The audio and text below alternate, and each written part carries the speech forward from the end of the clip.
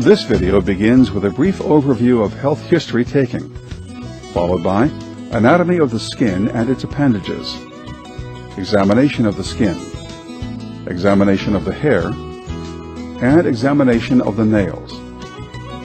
We conclude the video with tips on describing your findings. You will see the examiner assess a healthy patient. In clinical practice, you may detect the same normal findings, or you may discover normal variations or abnormal findings.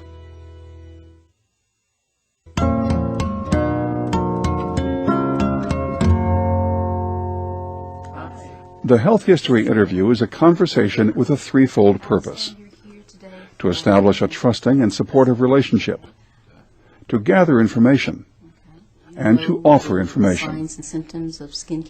In the case of new patients, you will gather information that will form the basis for a comprehensive written health history. For patients seeking care for a specific complaint, you may prepare a more focused, problem-oriented history. In either case, you will record the patient's chief complaint, along with common or concerning symptoms.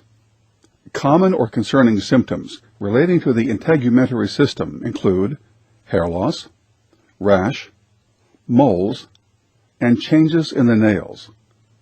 By eliciting the patient's concerns before the examination, you prepare for an examination that is efficient and productive.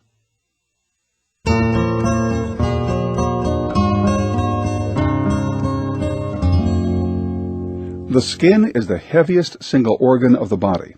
Its major function is to keep the body in homeostasis, despite daily assaults from the environment. The skin provides boundaries for body fluids, while protecting underlying tissues from microorganisms, harmful substances, and radiation. The skin also modulates body temperature and synthesizes vitamin D. The most superficial layer, the epidermis, is thin and has no blood vessels. It is divided into two layers: an outer horny layer of dead keratinized cells, and an inner cellular layer, where both melanin and keratin are formed. For its nutrition, the epidermis depends on the underlying dermis, which is well supplied with blood. The dermis contains connective tissue, sebaceous glands, sweat glands, and hair follicles. The dermis merges below with subcutaneous tissue, or adipose, also known as fat. Sebaceous glands produce a fatty substance secreted through the hair follicles. These glands are present on all skin surfaces except the palms and soles. Sweat glands are of two types, eccrine and apocrine. The eccrine glands are widely distributed, open directly onto the skin surface, and help control body temperature through sweat production. In contrast, the apocrine glands are found chiefly in the axillary and genital regions. They usually open into hair follicles and are stimulated by emotional stress. The color of normal skin depends primarily on four pigments. Melanin, the brownish pigment of the skin, is genetically determined and is increased by sunlight. Carotene, a golden yellow pigment, is found in subcutaneous fat and heavily keratinized areas such as the palms and soles. Oxyhemoglobin, one of two forms of hemoglobin, is the bright red pigment that predominates in the arteries and capillaries, while deoxyhemoglobin is the darker and somewhat bluer pigment occurring when oxyhemoglobin loses its oxygen to body tissue while passing through the capillary bed. An increased concentration of deoxyhemoglobin in cutaneous blood vessels gives the skin a bluish cast known as cyanosis. Skin color is affected not only by pigments, but also by the scattering of light as it is reflected back through the turbid superficial layers of the skin or vessel walls. Appendages of the skin include the hair and nails. Adults have two types of hair: vellus hair, which is short, fine, inconspicuous, and relatively unpigmented, and terminal hair, which is coarser, thicker, more conspicuous, and usually pigmented. Scalp hair and eyebrows are examples of terminal hair. Nails protect the distal ends of the fingers and toes. The firm, rectangular, and usually curving nail plate gets its pink color from the vascular nail bed to which the plate is firmly attached. Note the whitish moon or lunula and the free edge of the nail plate. The proximal nail fold covers roughly 1/4 of the nail plate, called the nail root.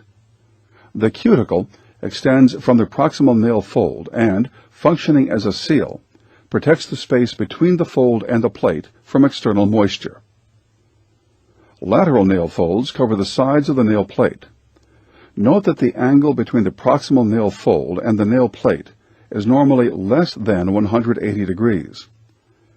In conditions of chronic hypoxia, however, you may detect clubbing, in which case the nail plate may become more convex, with the angle increasing to greater than 180 degrees.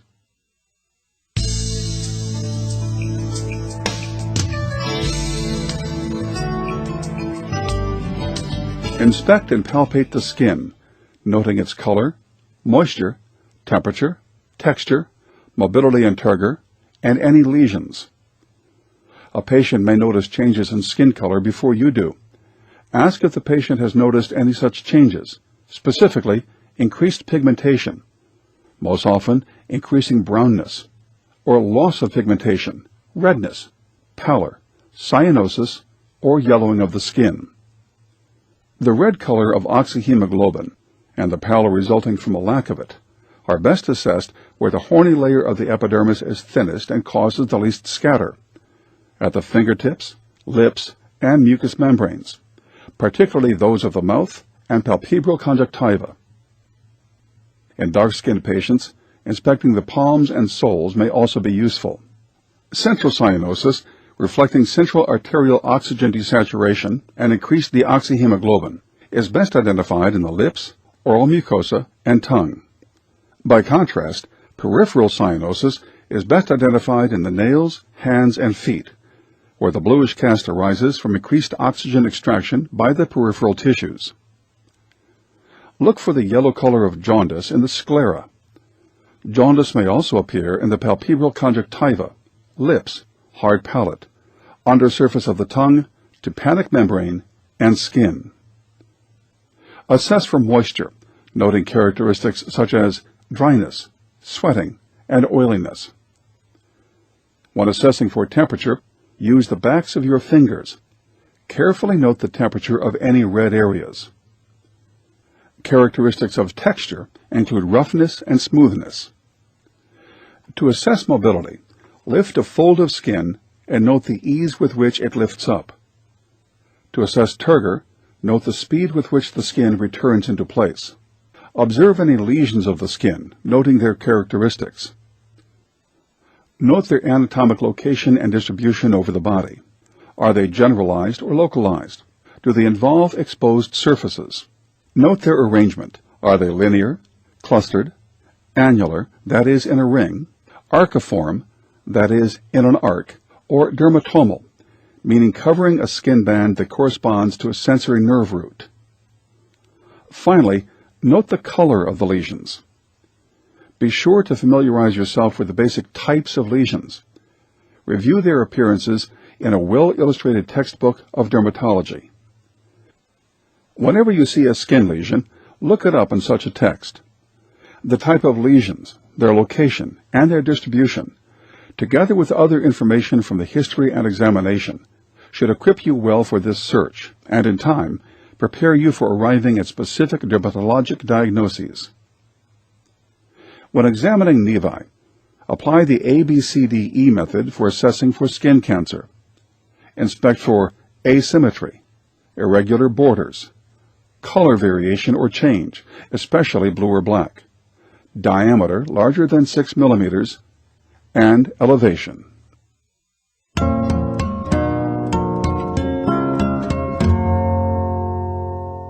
Normally, inspection of the hair is conducted in conjunction with palpation of the scalp as you look for any depressions of the skull. Such depressions might indicate head trauma or previous surgery. Inspect the hair and its texture, looking for nevi, lesions, or parasites. Assessment of the nails can sometimes aid in the diagnosis of heart or liver disease, lung cancer, or other conditions. Inspect and palpate the patient's fingernails and toenails, noting their color and shape. Look for any lesions, clubbing, or cyanosis. Longitudinal bands of pigment may be seen in the nails of normal people who have dark skin.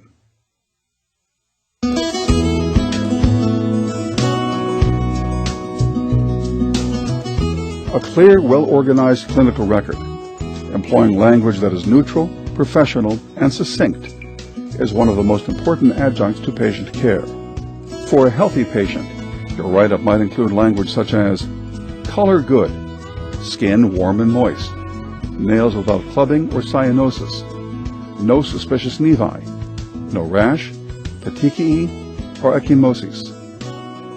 To summarize, examination of the skin includes inspection and palpation of the skin, noting color, moisture, temperature, texture, mobility and turgor, and any lesions, inspection of the hair, and inspection of the nails.